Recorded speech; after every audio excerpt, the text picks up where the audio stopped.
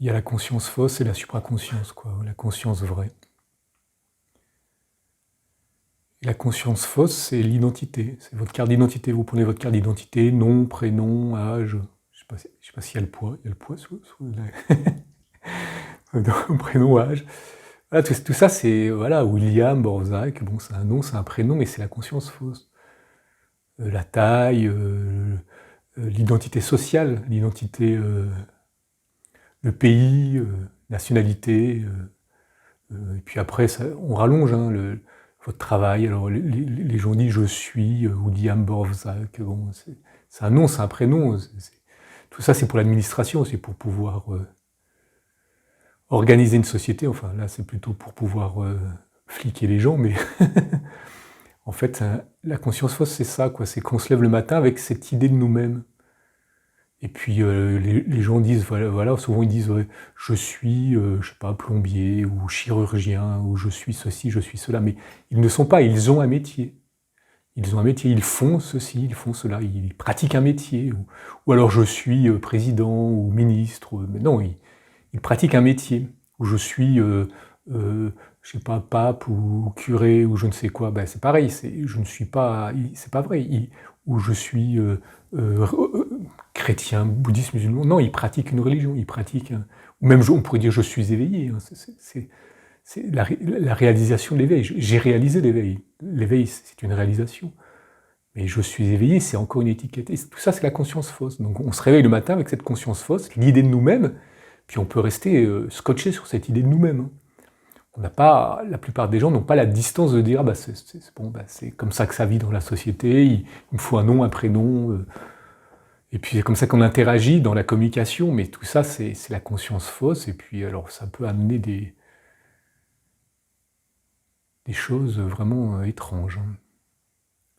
Donc ben voilà, imaginez, vous vous levez, ben, là, même là, vous vous appelez machin, bidule, Pierre, Paul, Jacques, c'est bon, des prénoms, quoi. Puis après le nom de famille, bon voilà, c'est encore des trucs complètement inventés, mais au-delà de ça, quoi. Alors après le lien filial, je suis ceci, parce que bon, tout ça c'est la conscience fausse. C'est une conscience fausse, c'est une identification à une série de mémoires, à une série d'idées sur vous-même. Et on travaille sur la conscience fausse avec ça. Donc par contraste, on peut percevoir doucement l'émergence de la conscience vraie quand on arrive à la conscience vraie que je préfère appeler la supraconscience. Hein, c'est par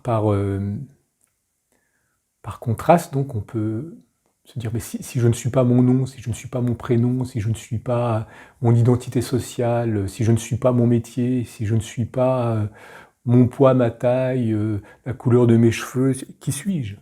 Qui suis-je? Au-delà de tout ça, au-delà de... Et là, on peut ouvrir la porte à la supraconscience et commencer à toucher à la supraconscience, quoi. Donc la plupart des gens vivent dans la conscience fausse. Hein. Je suis chrétien, bouddhiste, musulman, rallien. Bon, c'est bien, hein, c'est des étiquettes qui peuvent amener à des moments dans une communication des points de repère, mais c'est pas ce que je suis. Je pratique le réalisme, je pratique le christianisme, je le pratique ou je le pratique pas, mais j'ai la croyance on a des croyances, c'est avoir des croyances, c'est pas être.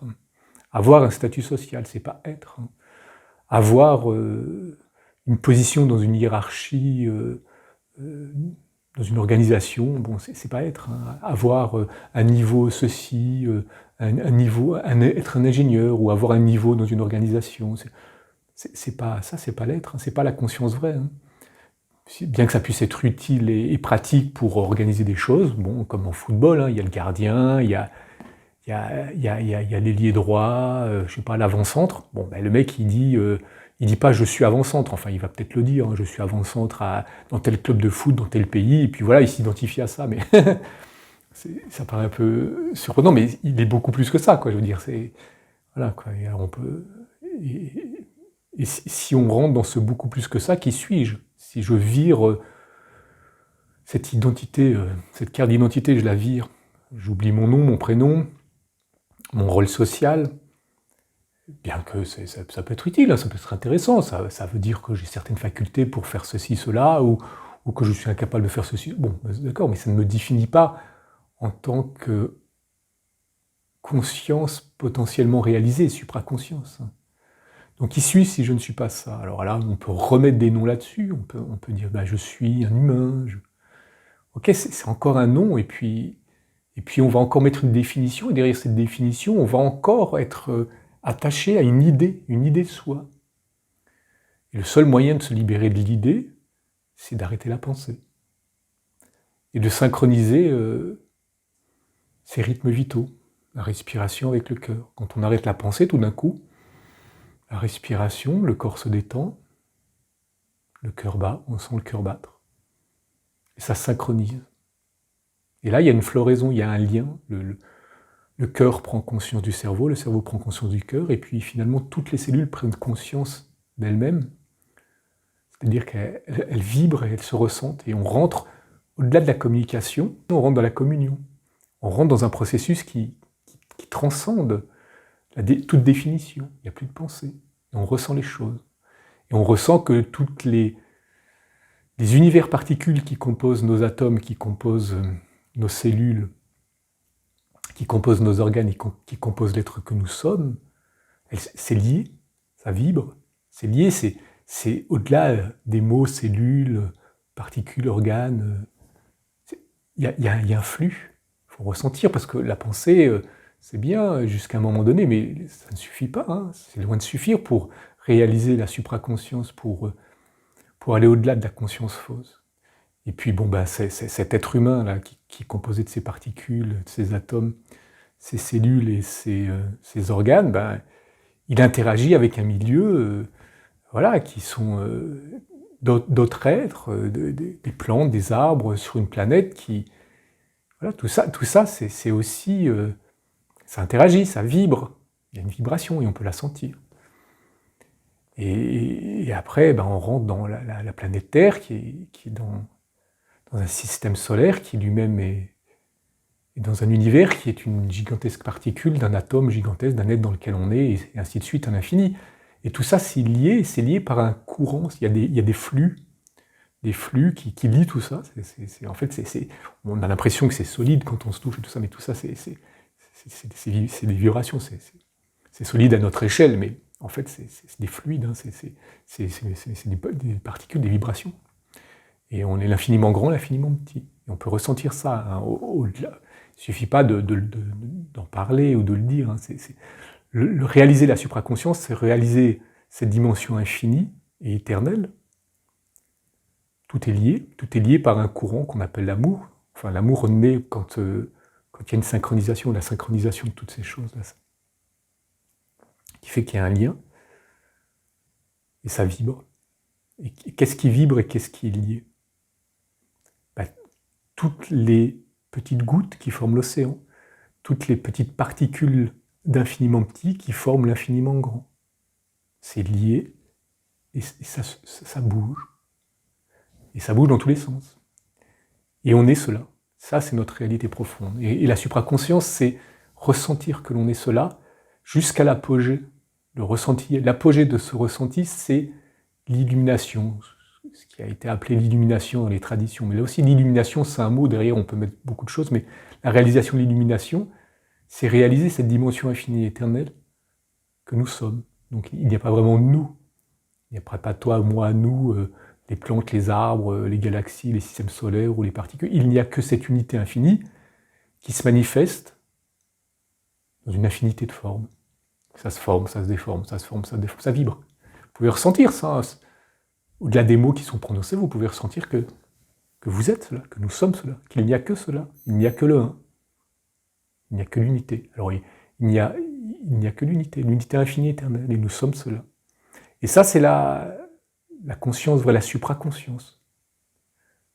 Voilà, donc, mais après, il ne s'agit pas la conscience fausse, enfin l'illusion d'être, l'idée d'être, ce n'est pas être. Et puis après, les définitions de notre statut social, de notre... Bon, ça peut être pratique, mais ce n'est pas notre réalité ultime. Notre réalité ultime, qui n'est pas nôtre, c'est une réalité ultime, c'est que nous sommes la manifestation de cette unité infinie. Et c'est sympathique, hein. Enfin, ça peut être antipathique, puisque finalement, on est tout et son contraire. L'infini, c'est tout et son contraire.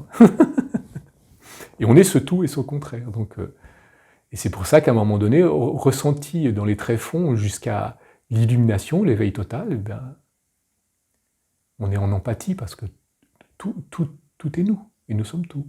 Il n'y a même plus quelqu'un pour être en empathie, c'est spontané. Enfin, voilà, les mots n'arrivent pas à définir cette réalisation. Mais en partant de l'identité, de l'illusion, de se lève le matin, oh, ça y est, je suis cela, alors il faut que je fasse ci parce que je suis cela. Non, j'ai un nom, j'ai un titre, mais je ne suis pas ce nom, je ne suis pas ce titre. C'est comme la race, hein, c'est marqué là sur l'identité sociale, là, français ou autre. Voilà, c'est bien gentil, hein, mais